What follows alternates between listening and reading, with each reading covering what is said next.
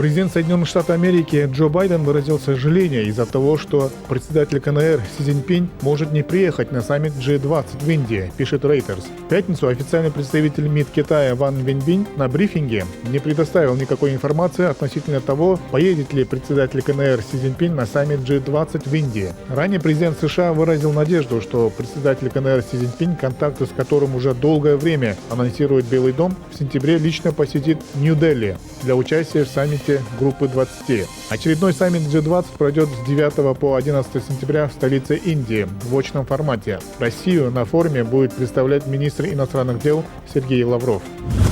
Президент Украины Владимир Зеленский уволил Алексея Резникова с поста министра обороны. Его назначат новым послом страны в Великобритании. Об этом стало известно после видеообращения главы государства, опубликованного в его телеграм-канале. Алексей Резников занимал свой пост почти 2 года, с ноября 2021 года. В качестве министра он отвечал в том числе за организацию поставок западного вооружения и техники, которые украинская армия использовала на поле боя. В воскресном обращении президент также назвал имя преемника Алексея Резникова. Им станет глава фонда госимущества страны Рустам Умеров, кандидатуру которого на этой неделе рассмотрят парламентарии.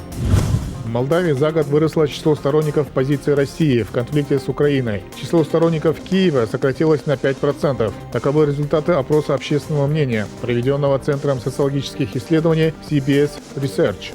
Жителей Молдавии попросили ответить на вопрос, что сейчас происходит в отношениях между Россией и Украиной. Согласно исследованию, необоснованным вторжением России на украинскую территорию ситуацию назвали 33,4% респондентов. Год назад эту позицию разделяли 38,3% граждан. При этом 18% респондентов полагают, что Россия защищает ДНР и ЛНР от атак Украины, 17% годом ранее. Еще 17% полагают, что Москва проводит операцию по освобождению Украины от нацизма, 15% ранее.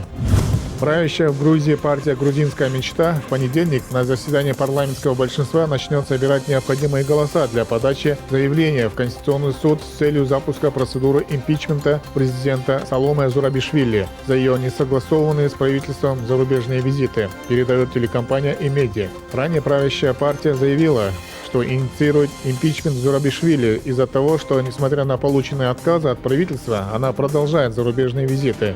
Спикер парламента Шалва Папуашвили в разговоре с журналистами в понедельник сообщил, что после сбора подписей правящая партия обратится в Конституционный суд.